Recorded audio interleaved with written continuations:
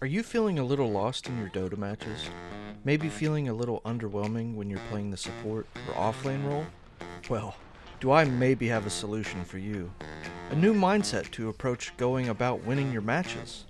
And it's simply called Protect the Chad.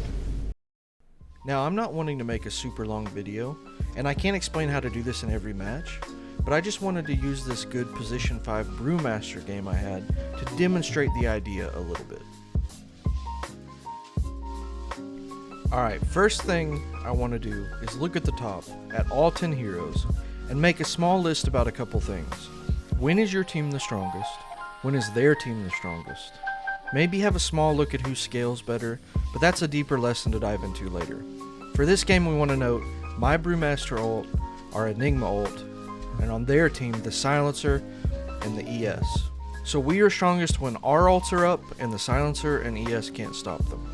It's very simple and obvious observation, but it's often overlooked and underestimated. It's putting these simple and obvious things in your head. They really change up your decision making and your instincts in the mid and the late game when it really matters. You'll find out that along your MMR growth that the biggest things you can improve on are these tiny small accumulative changes that stick with you over a long time and have huge impact across a lot of games.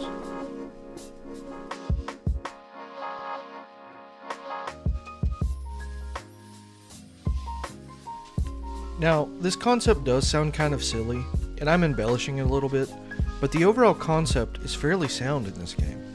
I'd say within the first 3 minutes of a game, a brief camera pan to each lane will almost instantly tell you who the Chad of your team is.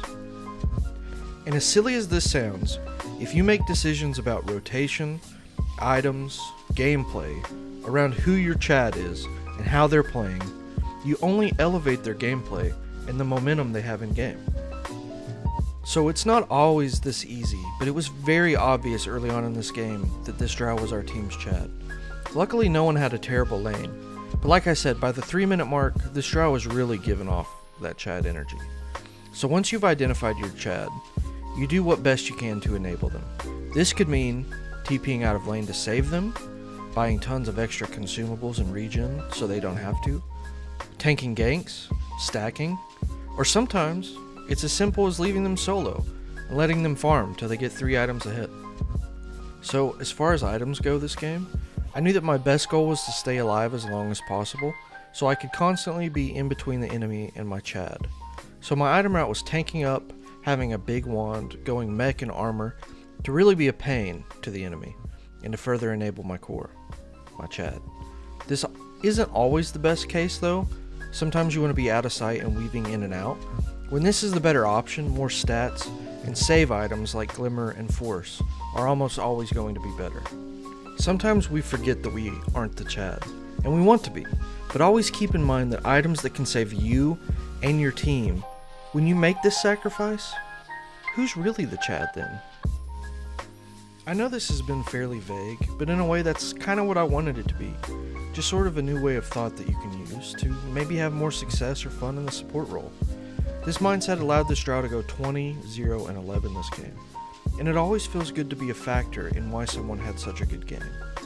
I know I'm not one to be giving lasting advice, but I feel right at home in the support role. I've actually managed to climb from legend to divine while implementing this kind of weird meme strategy.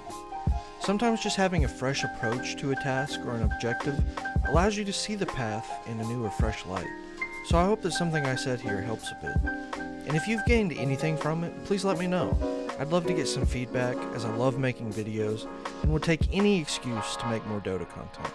Remember, those who protect the Chads, they're the true Chads themselves.